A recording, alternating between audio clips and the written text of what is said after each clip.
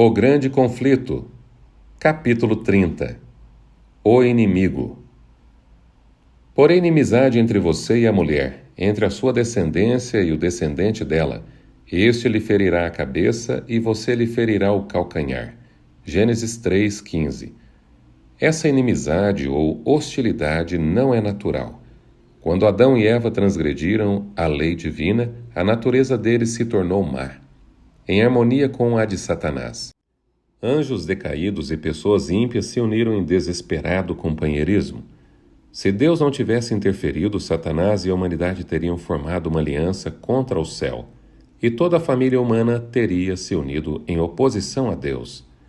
Quando Satanás ouviu que existiria inimizade entre ele e a mulher, entre a sua descendência e o descendente dela, soube que, de alguma forma, os seres humanos seriam capacitados a resistir a seu poder. Graça. Cristo implanta em nós a resistência contra Satanás. Sem sua graça conversora e seu poder renovador, continuaríamos sempre a ser servos de Satanás, prontos para lhe obedecer a todo instante. Mas um novo princípio no coração gera conflito.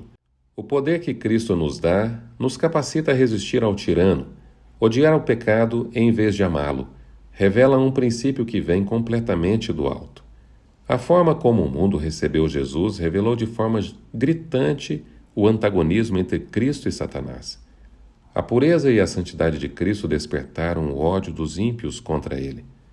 Sua negação do eu era uma repreensão constante às pessoas orgulhosas e sensuais. Satanás e os anjos maus se uniram a seres humanos ímpios contra o defensor da verdade.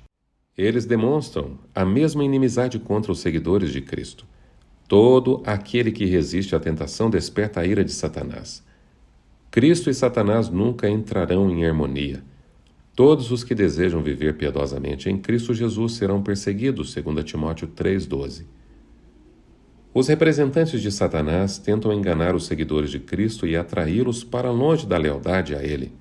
Distorcem as Escrituras a fim de alcançar seu objetivo.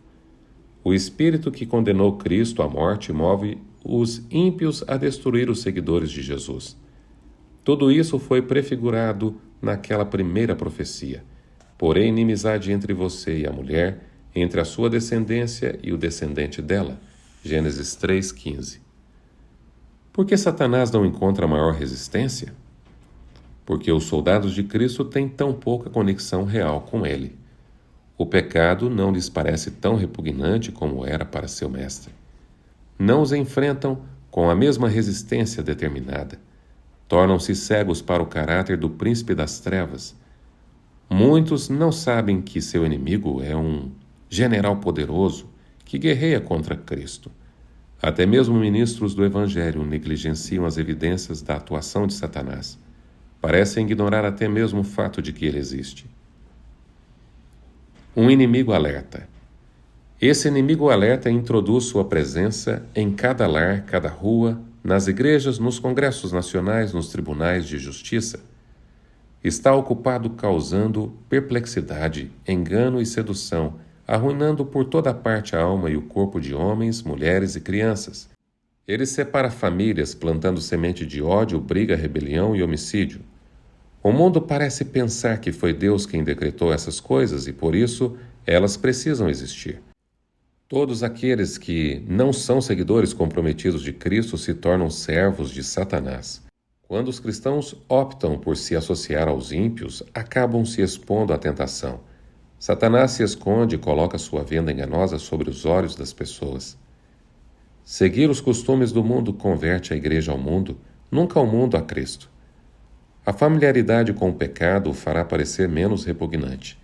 Quando enfrentamos provações por fazer aquilo que Deus deseja, podemos ter a certeza de que Ele vai nos proteger. No entanto, se nos colocamos em uma posição no qual nos tornamos vulneráveis à tentação, mais cedo ou mais tarde cairemos. O tentador costuma trabalhar com mais sucesso por meio daqueles de quem menos suspeitamos estar sob seu controle. Talento e cultura são dons dados por Deus, porém, quando essas coisas o afastam dele, elas se tornam uma armadilha. Muitas pessoas com intelecto culto e bons modos são instrumentos polidos nas mãos de Satanás. Nunca se esqueça da advertência inspirada que ecoa ao longo dos séculos até nossa era. Estejam alertas e vigiem. O diabo, o inimigo de vocês, anda ao redor, como leão, rugindo e procurando a quem possa devorar. 1 Pedro 5, verso 8. Vistam toda a armadura de Deus para poderem ficar firmes contra as ciladas do diabo. Efésios 6, verso 11. Nosso grande inimigo está se preparando para sua última campanha. Todos aqueles que seguem a Jesus terão conflito com o inimigo. Quanto mais os cristãos imitam de perto o padrão divino, com certeza mais vão se tornar alvos dos ataques de Satanás. Satanás atacou a Cristo com tentações atrozes e sutis, mas Jesus o repeliu em todos os conflitos. Cristo tornou possível que nós conquistemos as mesmas vitórias. Ele dará força a todo aquele que a buscar. Satanás não pode vencer nenhuma pessoa sem seu consentimento. O tentador não tem poder para controlar a vontade nem para forçar o indivíduo a pecar.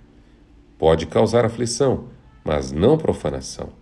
O fato de Cristo tê-lo vencido deve inspirar coragem em seus seguidores para travar a batalha contra o pecado e contra Satanás. O fim do capítulo 30 do Grande Conflito.